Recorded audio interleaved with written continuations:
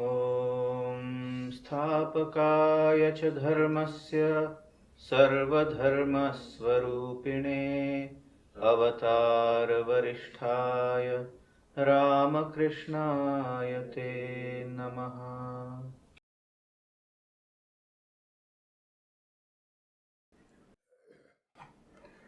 Dear friends, it's a matter of great joy for me to be with you here today after a pretty long break.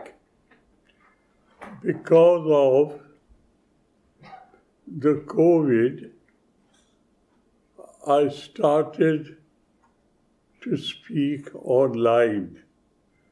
Somehow or other, I'm such an old fossil, it didn't appeal to me much. Physical presence of my friends inspire us. But that too had to stop because of some unavoidable reason of my being sick. And now I'm an old person, tottering, 99 years of age. So you should bear with me if I am not as loud as I used to be earlier. But somehow or other, by divine grace, my brain is still alert and active. And it is said, what you don't use, you lose. So I don't want to lose it. So I thought, let us use it by being together once again. How long I'll be able to continue, time will only say. But I'd love to continue, if not for one whole hour, at least 45 minutes. Now, coming back to the subject. As you all remember, we were revising the study of the Bhagavad Gita. And we had revised up to the end of the 4th chapter. We just started on the 5th and could hardly cover 7 shlokas, and then we had to stop. I've always been telling you that repeating these man-making, character-building ideas that we find in the scriptures, the more we repeat it, the better it is. So please don't feel bored, don't feel impatient. Try to understand what it implies psychologically. And this will be how I start today. We are born under different circumstances, to different parents, in different societies, in different geographical areas. So our diversity is a fact of life. And because of our diversity, we do not have that correct attitude to find out unity in diversity. And that diversity is the cause of all anger, all jealousy, all running after each other with an open knife to cut each other's throat. And behind this is what is known as ego. I am holier than thou. I am better than thou. I understand things more than you do.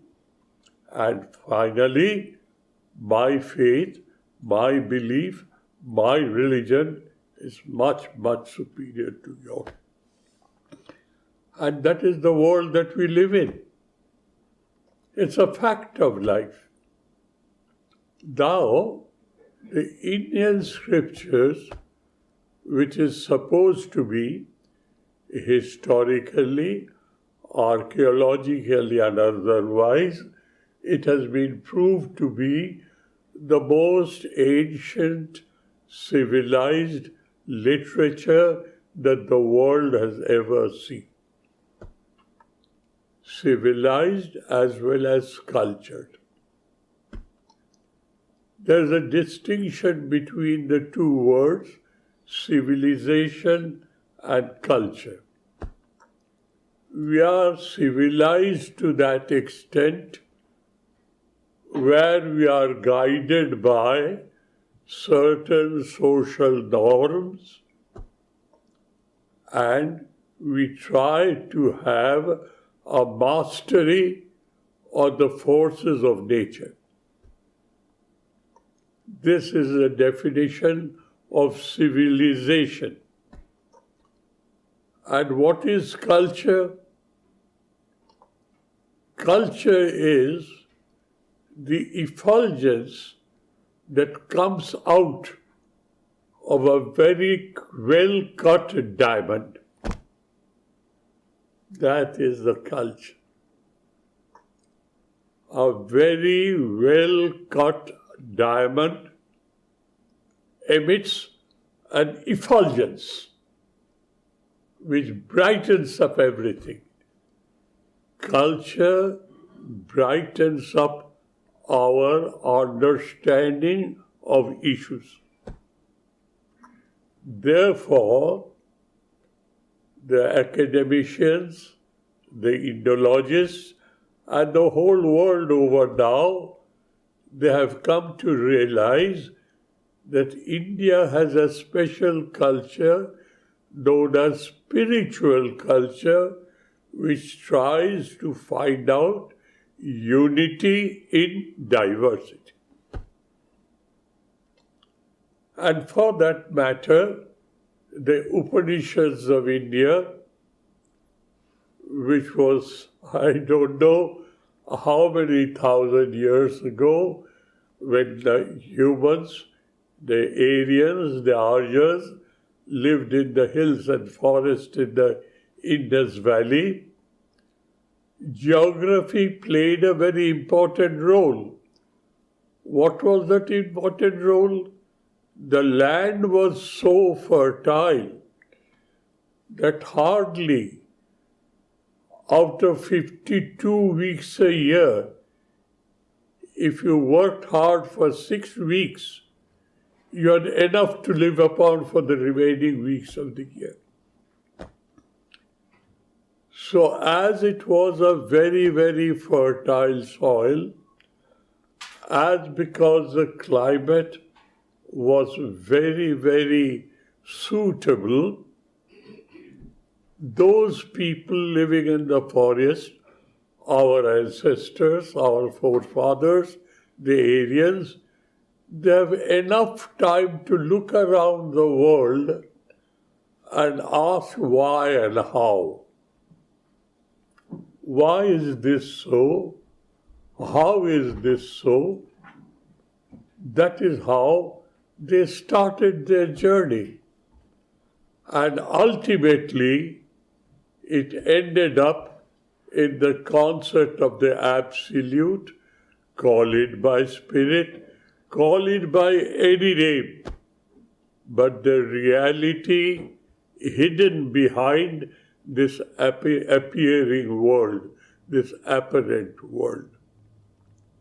And they created wonderful philosophical treatises known as the Upanishads. And the Upanishad word has a particular meaning.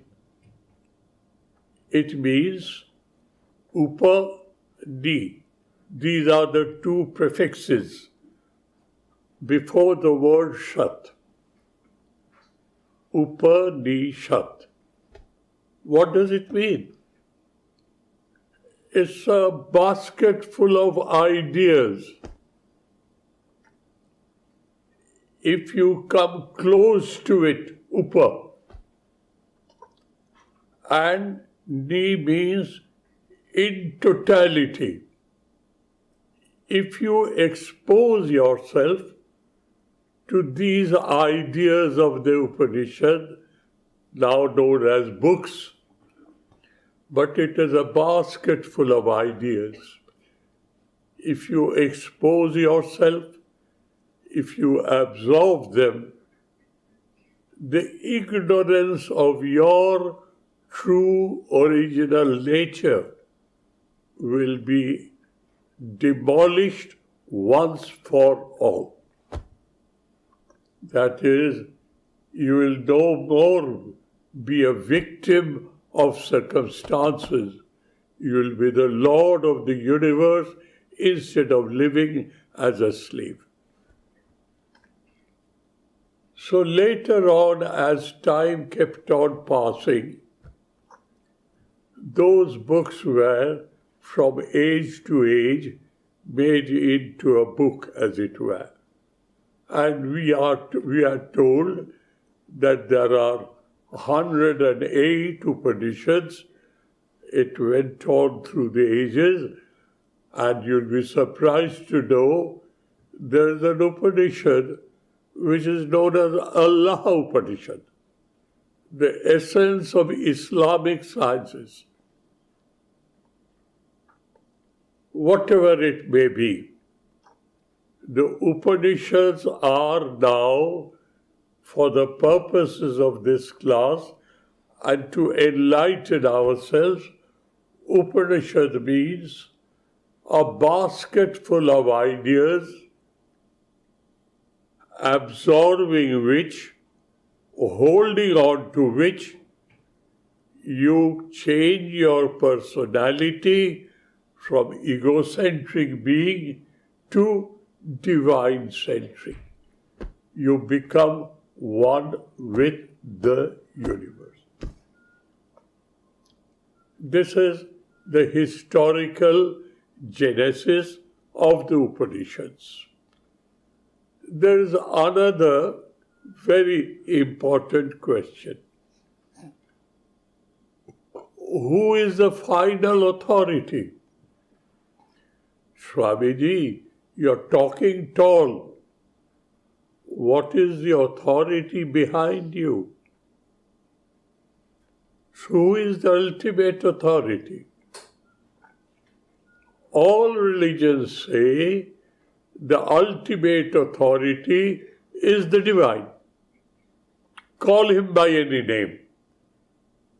The ultimate wisdom of our true original nature emanates from the divine.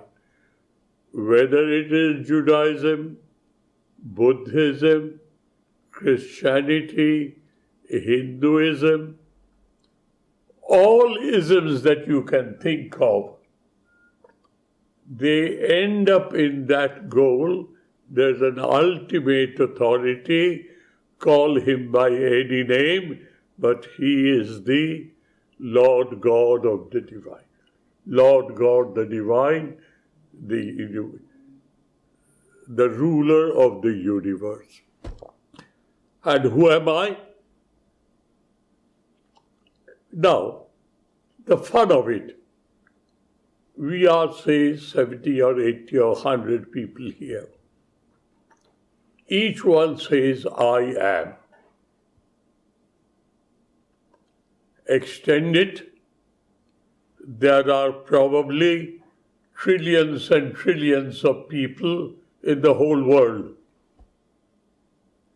Each one says, I am.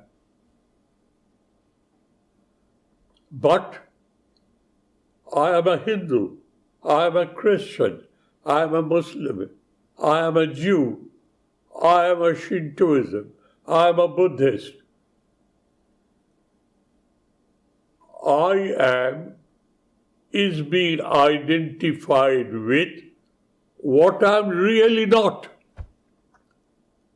I am identifying with something which I think I am, but I am not. Because I will give you two examples. One example is, I take your permission and I lock you up in a cabin. The cabin has no light, no sound, no smell, nothing to touch, nothing to taste. 5 sense organs. But nobody can stop you from experiencing I exist, I am, and what am I now? Swamiji has confined me in a cabin, cut off from the world. How I am cut off from the world? Because I have not allowed my 5 sense organs to work. And as soon as I allow my 5 sense organs to work, I identify myself with what I am not. Can you define yourself, who you are? As of today, I ask you, could you identify yourself? I do not know. I don't happen to know you. You immediately throw your passport and your private particular VT. Here I am. But are you actually so? You are not. You were a child, a newborn baby. You became a child. You became an adolescent. You became a youth. You became a middle-aged mature person. You became old. You are a tottering old man and you disappear. You.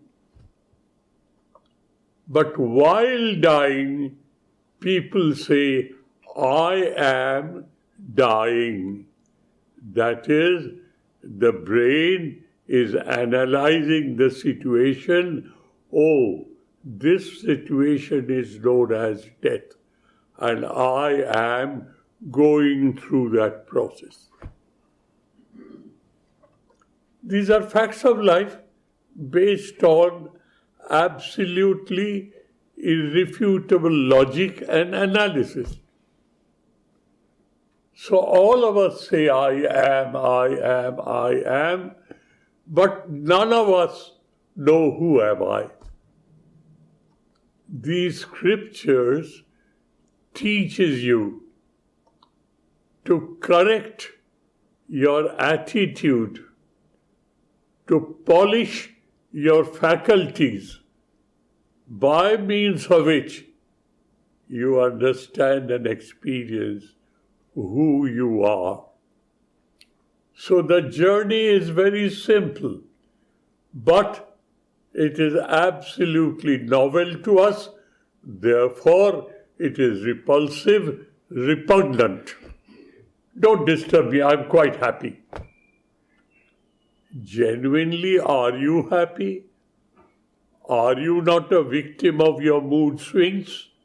Sometimes you are happy, sometimes you are angry, sometimes you are annoyed, sometimes you are disgusted, sometimes you are sad in agony and you weep. And you say, I'm happy. Don't disturb me. That is what we are. So the Upanishads say, I am aware, aham asmi, I am. Then having analyzed all this, ko aham asmi, who am I? I don't know. Who am I? Shall I go to a teacher of mine who will tell me who am I? Or shall I try to find out these textbooks, these scriptures, to see what the rishis have to say. Who are the rishis? Who have got a solution of this question. Rik Drashta Rishi, who has seen the reality face to face. And how did they see it? By experiencing it, not objectively, but subjectively. So in answer to my question, Ko Hamasmi, who am I? The known person, a realized soul, will point a finger to and say, Tattvamasi, thou art that. You, in essence, you are the spirit of the universe. You are the essence of the universe. You are the reality behind this appearance.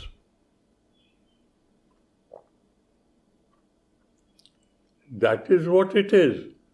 And you, if you have cultivated yourself, if you have cultured yourself, if you have polished yourself, it immediately reflects in you, I am Atma Brahma. Am I then the Absolute? Intellectually, you convince yourself, this is what I am. Then comes the procedure, how to reach that goal. The first is sadhana chatushtaya. 4 aspects. And then finally, sadhana chatushtaya means samadhamadi shat sampatti. After sadhana chatushtaya. Viveka, Vairagya, etc., ending in mumukshya, an extreme desire to remove this veil, remove this curtain, remove this partition, and be one with your true original nature. I am not Sridharananda. I appear to be that, but I am that. I am Atma Brahma, Aham Brahmasmi. Now, we say it is a command from God. The 10 commandments that Moses received, the message that Muhammad received, the experience that Buddha had, based on all that, the experiences of the rishis mentioned in Upanishads. So, we now, with that great desire to know, start polishing and sharpening our faculties, God-given faculties, rationality, emotionality, ingenuity. These are the faculties that we have. And what is dharma? Dharate iti dharma, that which holds you on. What does it mean? A human who has that sense of values, holding on to which, the human being the most evolved of all biological creatures, that human prevents himself from degrading himself like a beast. That's the negative aspect. What is the positive aspect? Holding on to which you manifest the divinity which is your true original nature. And God, out of sheer mercy assumes the form of a human in various ages, in various stages of progress of civilization, to establish this lost veracity, validity, truthfulness of that eternal wisdom that we are potentially divine. Purpose of life is to manifest that divinity already within ourselves. The purpose of this Sunday discourse is to instill in ourselves, to inspire us, so that we can very well manifest that potential divinity already within us. This is, dear, the preamble, the introduction of today's discourse. Now we have taken the Bhagavad Gita as our subject matter of study. You know, Gita is a statement, nearly 700 and odd verses, shlokas, made by Krishna. And it has been so graphically put in that it is a smooth flowing argumentation, a smooth flowing logic which takes you by your hand, holds you by your wrist, and guides you slowly and slowly to that ultimate goal. So for that purpose, dear, instead of reading each and every Upanishad, instead of reading the Brahma Sutra, why don't we read the actual words of the divine? Now there's a little difference. What is the difference, dear? If we look through the pages of history, it is said the Bible was compiled hundreds of years after Christ's passing away. During those 100 of years, there has been chances, occasions, opportunities of interpolation. To sell my idea, I put it into Jesus' mouth. It's a human weakness. Every author wants to talk. So that interpolation possibility is very much there when that huge amount of time elapses between the two. Whereas the Bhagavad Gita was recited in the battlefield.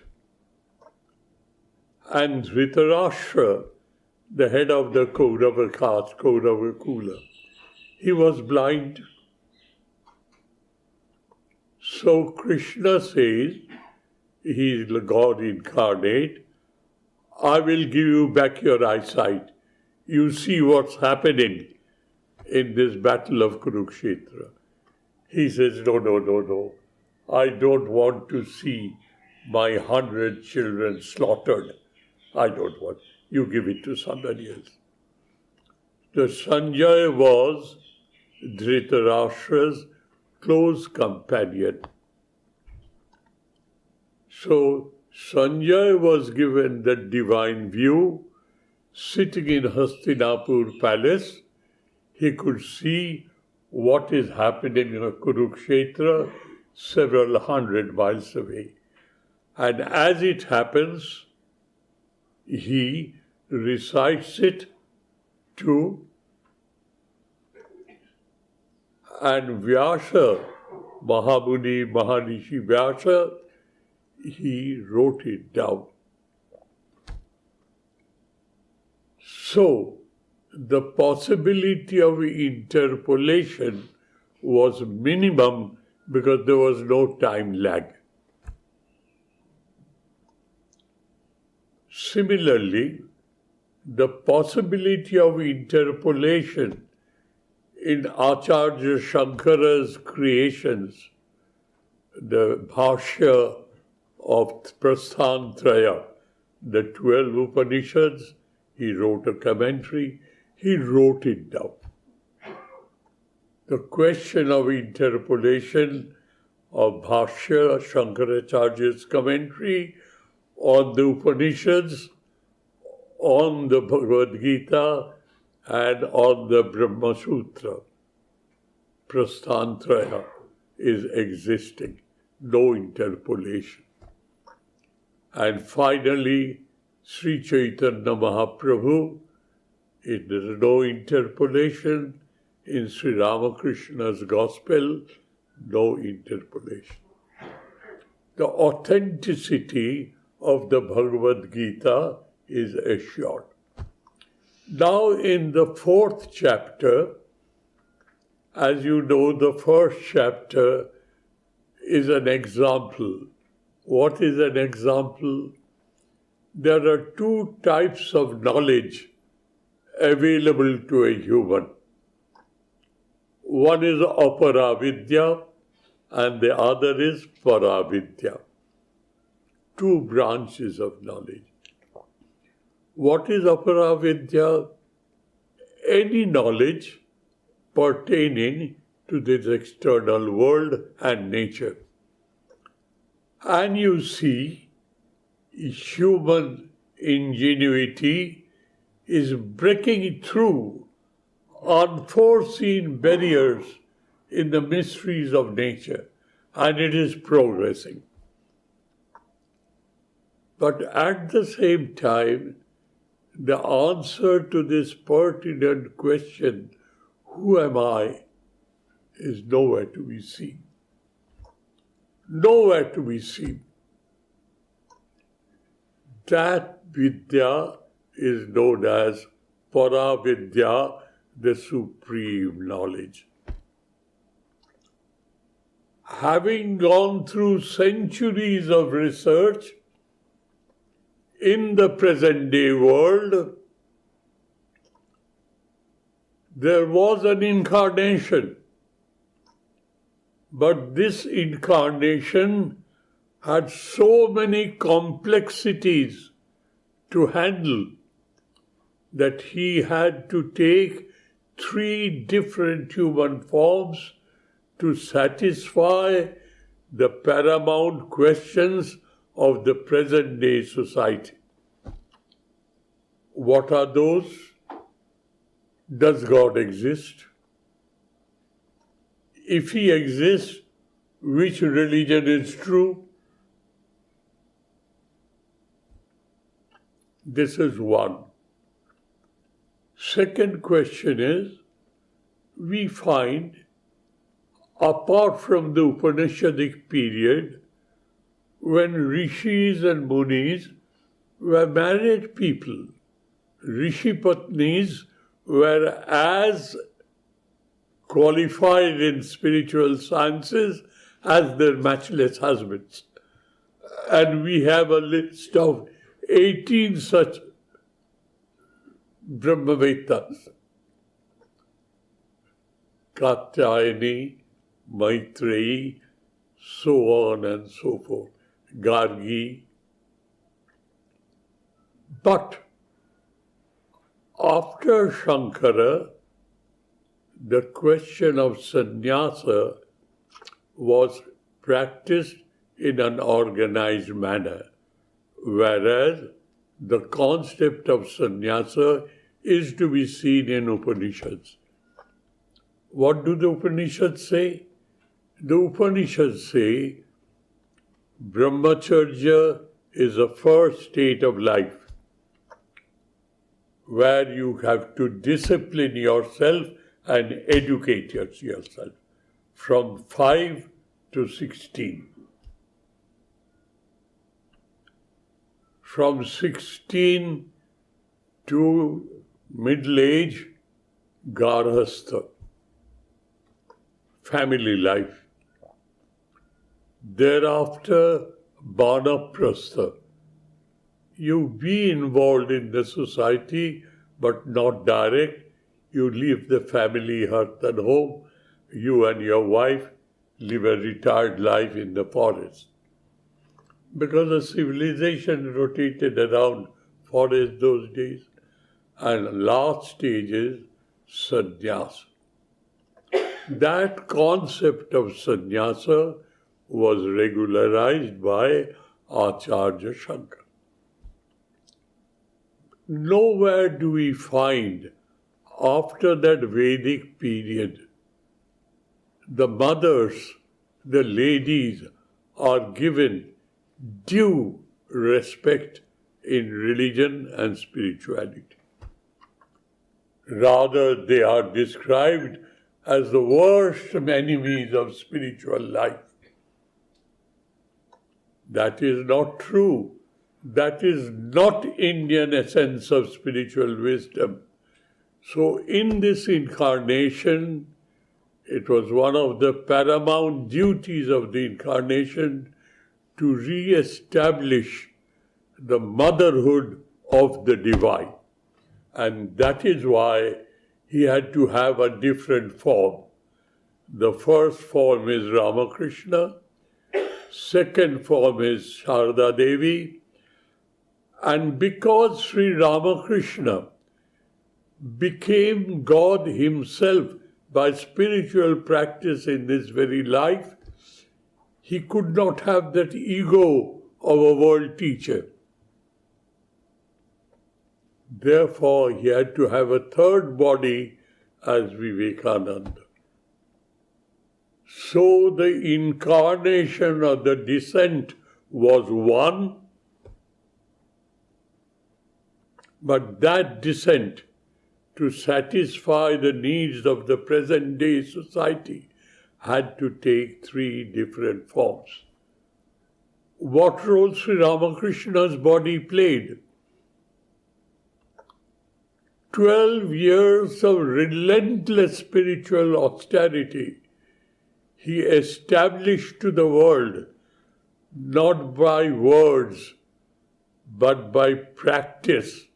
He practiced all prevalent religions of the world and came to the conclusion all religions truly practiced leads to the same goal, oneness with the divine, or, as Swamiji put in a different body, to manifest the potential divinity of humans. So, in Sri Ramakrishna's life also, whatever he advised to his devotees was immediately penned down by his devotee Mahendranath Gupta, known as M., author of Gospel of Sri Ramakrishna. Not only that, he got that Gospel approved and edited and corrected by Ramakrishna himself. Bhagavad Gita also stands on the same footing. So coming back to our studies, in the first chapter, what do we see? A very highly educated, qualified person from the worldly point of view, Arjuna, a prince, best of education, being a Kshatriya, a defender of righteousness, equity and fair play. He's a warrior, he's a statecraft, and so on, so on, so forth. But that situation has been created in such a manner, he fails himself to raise himself to the occasion of being one with God, or to perform the duties and emotional price that he has to pay for performance of his duties. He failed himself. And you're all students of Gita. Take the best translation possible. Don't go in for interpretations. Interpret it yourself with your own brains. You are now students of the Gita. You have been exposed to the principle, how to study the Gita. And if you don't know Sanskrit, get your vernacular language translation of the Gita and study. And what does Arjuna say? Na jo sramiti govindam iti tushnim bahubhava.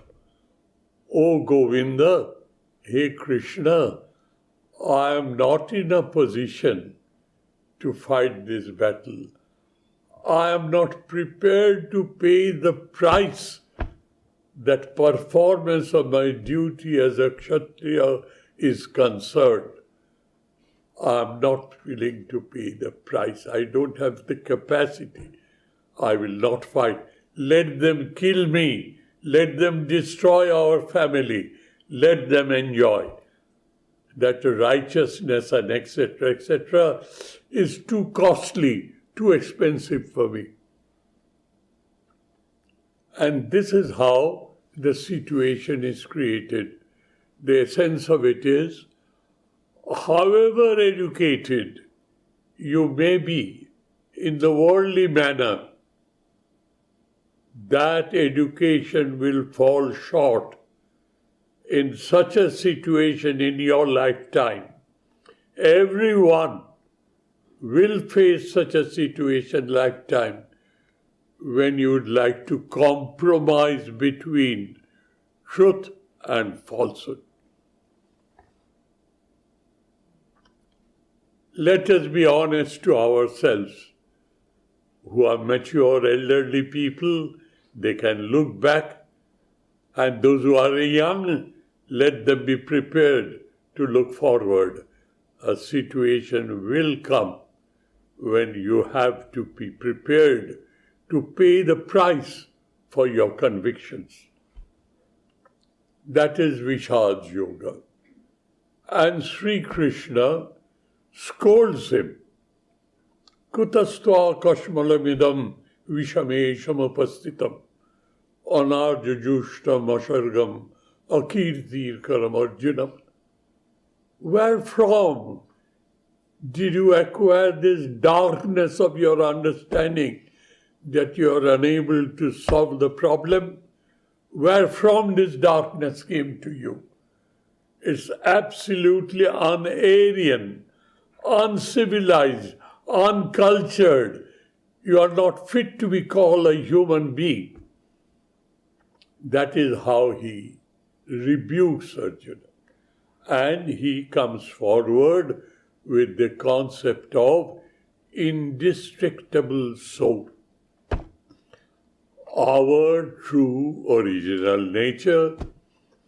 And to reach that goal, he says via media.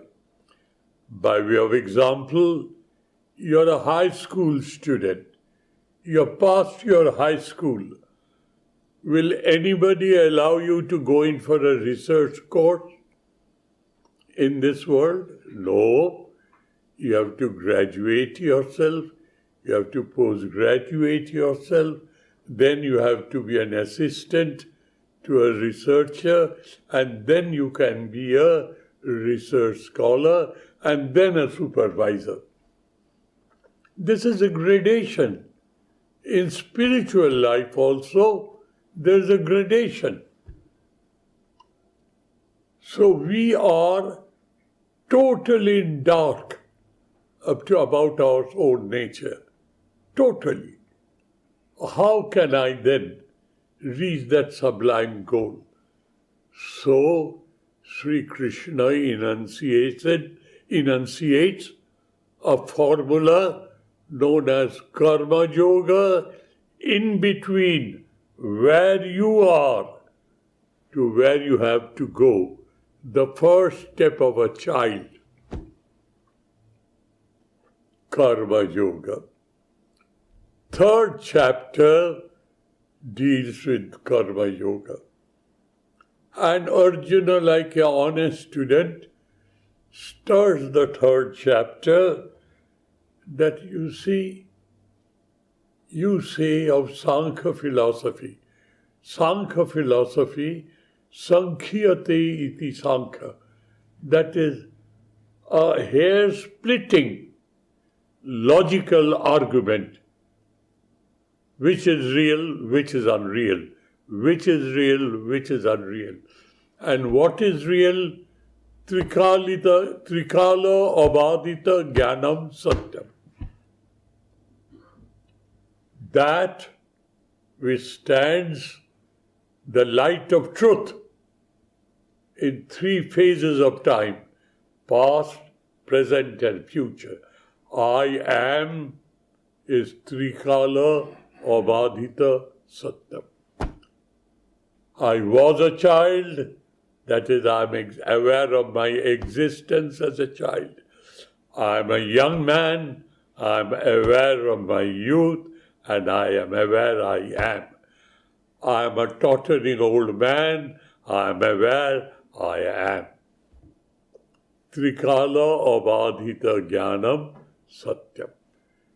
Distinction between what you see in the whole world and what is yourself. So Sri Krishna established the concept of immortality of the soul and the spirit. And as a stepping stone, he starts Karma Yoga, mentions about Karma Yoga. Arjuna is listening. He is in such a situation, he would like to come out of this situation in whichever manner. And how is it possible? Karpanya dosha, it is from the Gita. Karpanya dosha upahata svabhava. My whole personality is stifled up like a miser. Who is a miser? He stands on a wealth, a mount of wealth, and he doesn't know how to utilize it. He amasses it, but he doesn't know how to utilize it. He says, I have all my faculties with me, but somehow or other, that type of miserliness, unable to utilize my talents and faculties, have a hold over me. Upahata svabhava. My faculties are all dead and gone, as if they are dead and gone. Prichamitam dharma sammuda cheta. I am requesting you, imploring you, begging of you, pleading with you. Please kindly resolve this conflict of mind. What to do, what not to do, if to do, how to do, and how to do it in a manner that I can pay the price of my actions. What a subject. Please try to understand. Put yourself in the place of Arjuna, as if you are face to face with such a problem where your sense of duty, your sense of fair play, your sense of righteousness, your sense of justice asks you to do something. But when you think of doing it, you are aware of the losses that you may face. Your attachment to things which are not your true original nature, which is nothing but sheer rubbish, garbage, and you hold on to it. And you don't want to leave that to perform your duty. And he says, please kindly help me out to come out of this square mire. I'm sinking slowly and slowly into it like sand, quicksand called mire. Shishasteham Svadhimam tam prapandam. Please accept me as your dedicated, devoted disciple and help me out. So Sri Krishna helps him out. How does he? He, in short, describes the concept of karma yoga, the stepping stone. And thereafter, he gives the ultimate truth, nothing but truth. Good enough. And then, having given him the truth, in the last few shlokas of the second chapter, which is famously known as Sthita Prajna's Lakshana, the signs and symptoms of a realized soul. Sthita Prajna. Prajna means wisdom, maturity. Sthita means well poised, established, rock solid. Experiencing I am, and I have found out who am I. I am, I do not know who am I now want to find out who am I. Please kindly help me. What happens to you? What is your behavior pattern? What is your contribution to the society when you reach that goal? Do you grow two horns and a long tail in a human frame? In a human body? Sri Ramakrishna used to make fun of it. I have come to see Paramahansa Ramakrishna. The Sri Ramakrishna used to jokingly say, how do I convince you, my dear child, that you are seeing Ramakrishna Paramahansa? To convince you, should I grow two horns and a long tail in a human body? To convince you, I am that. So that is how the second chapter ends. The third chapter is a detailed enunciation of karma yoga.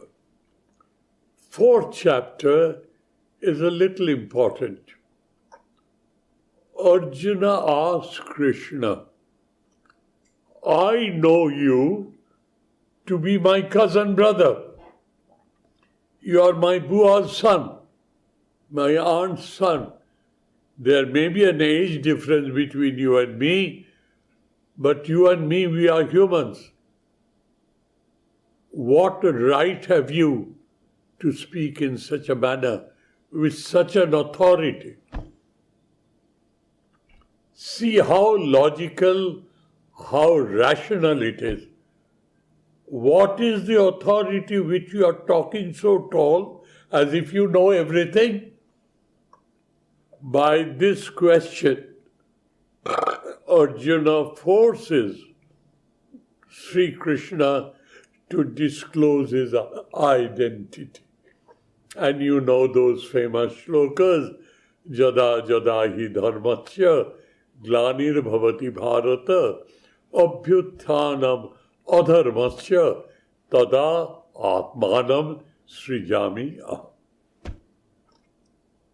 So the concept of avataravad, that he has the authority, being the divine, to teach us, making Arjuna as our mouthpiece, the whole civilized society, how to live in this world without being involved in it. How to live in this world, not to run away from it. How to live in this world without getting involved in it, without making yourself dirty. And Sri Ramakrishna used to give two very good examples. One, he made it himself, the other is from the quotes. Have you seen a lotus leaf?